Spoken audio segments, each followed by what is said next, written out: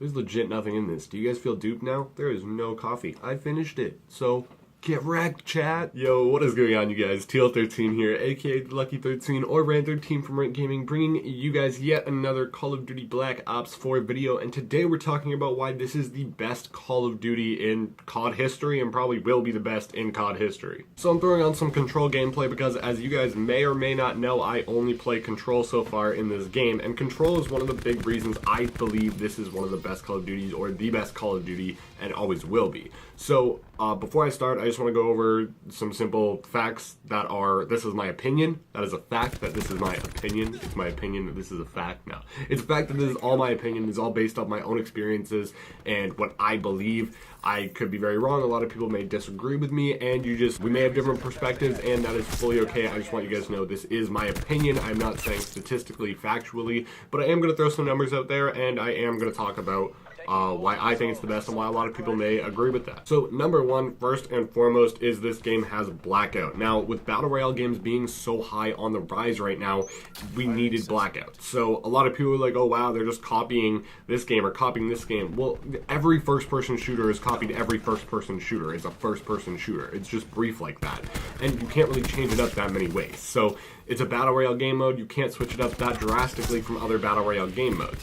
So what Blackout did was, people that loved Call of Duty, they switched over to Fortnite because they like the Battle Royale style. Now, some people are going to stay with Fortnite, obviously, that is their game, and maybe they don't like Blackout that much, but it brings back the Call of Duty players that love Call of Duty and love Battle Royale. Now they're just like, well, I just have Blackout and I just have Black Ops 4 if I want to play just normal COD. So it's helping the game out so much, just having both those options available in one game, that I think it's pretty much just like revived COD series right now. Bringing that addition in, even though I don't play it myself, I do think it's cool. I'm just not very good at it, and it's not like my cup of tea specifically, but I play it time to time. I think it really did just help out the game as a whole. Even if it didn't improve what I play, I think the game doing it just made such a huge impact on the COD community and the gaming community, the streaming community, that it's just a great thing that they included, and they did it really well from what I've seen. Of course, I'm not really a Battle Royale player, as I said, so maybe they didn't do it well, and I just think they did because I don't know anything, but in my opinion, they did it really well, and it was definitely needed. One thing I want to focus on from the whole Blackout thing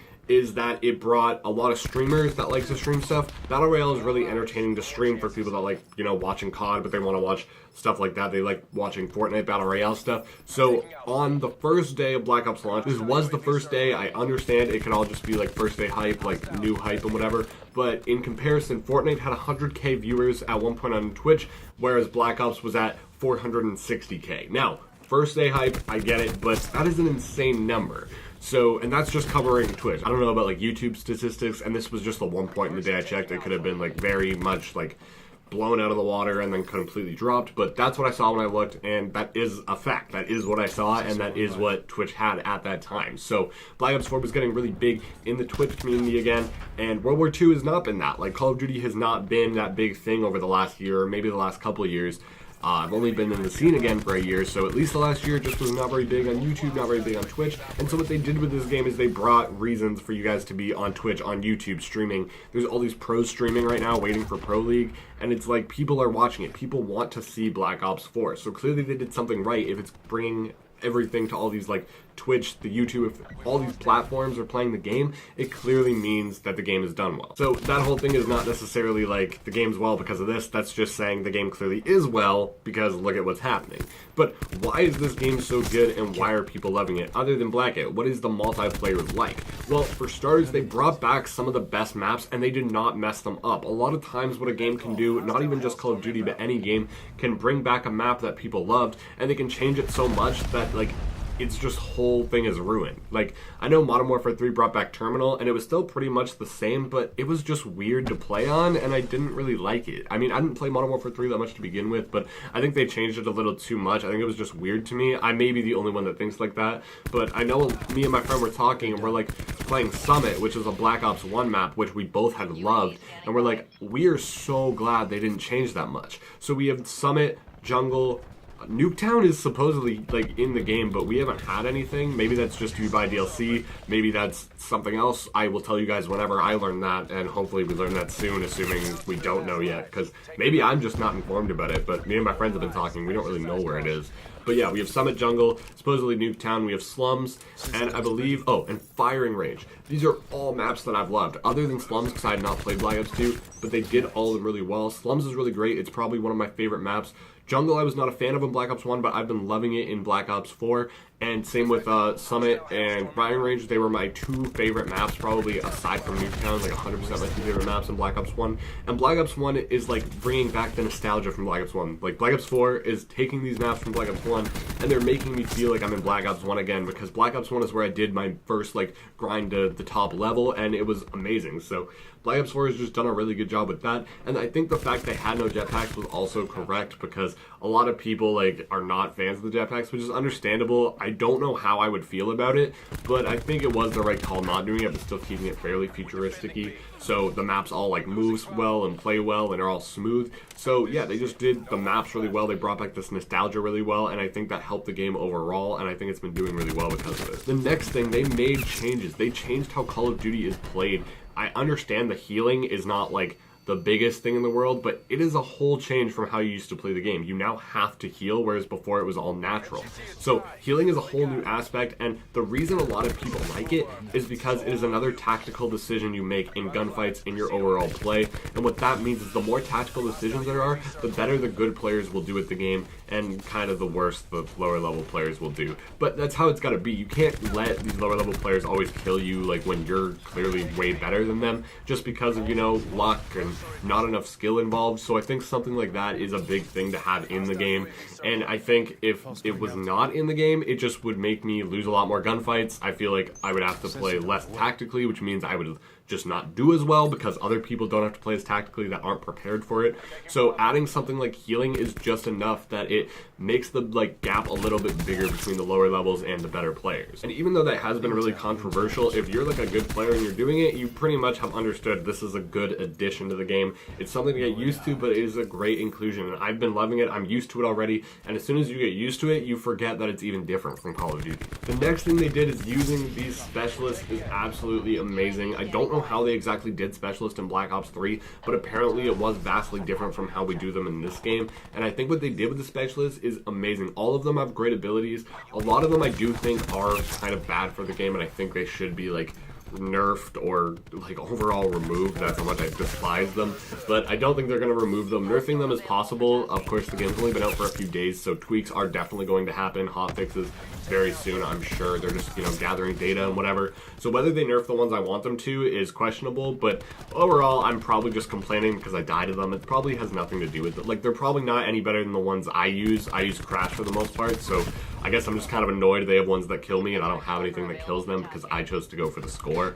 But they did specialists really well. They made them unique. They have a wide variety of them, and I think that was great. And another thing is you guys all have to be different specialists, except for you can have like 2 on one team and like TDM and stuff like that, I think.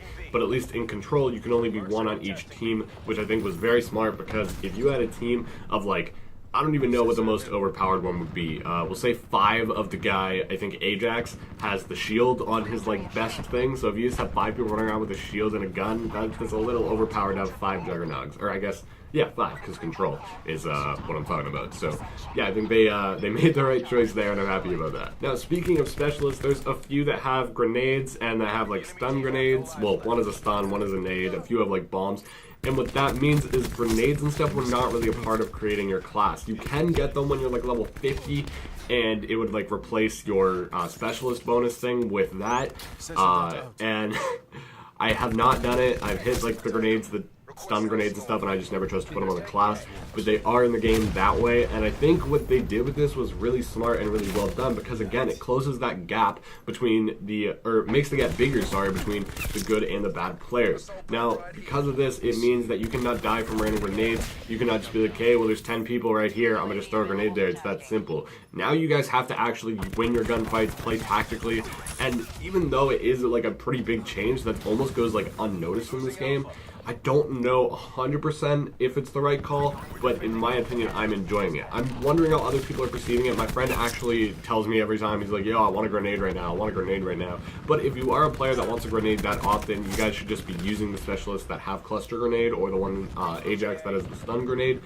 If you guys are not doing that, you clearly don't want a grenade bad enough, just live without it. It is totally fine, especially coming from a game where I literally had to use Hunker or Armored constantly to dodge explosives. I'm happy that the explosives are not really a part of the game. Now, the main thing I think is now the control game mode. Control for me has been the only thing I've really touched. I hopped on domination for like a game, kill confirmed for a few games, and they were fine. Like, I did okay, and I, was getting kills and stuff, but they seemed a little bit slower than control was, even though control was one less person. Control was just like the perfect balance between like competitive and just playing for fun, where you can grind. It gets really grindy when you get down on lives. It's 5 rounds, and it has just been the most amazing game. But for those of you guys that don't have the game yet or don't know what control is exactly, it is 5-person teams. Each team has 30 lives as a whole, so that means anyone can use any number of lives. Whoever dies soon, your lives run out. But it's not like each teammate has 6 lives. No, it is your whole team has 30 lives. So if you die 20 times and I die 10 times and our other team's mates die no times, they don't get to die. Like, if they die, they're done.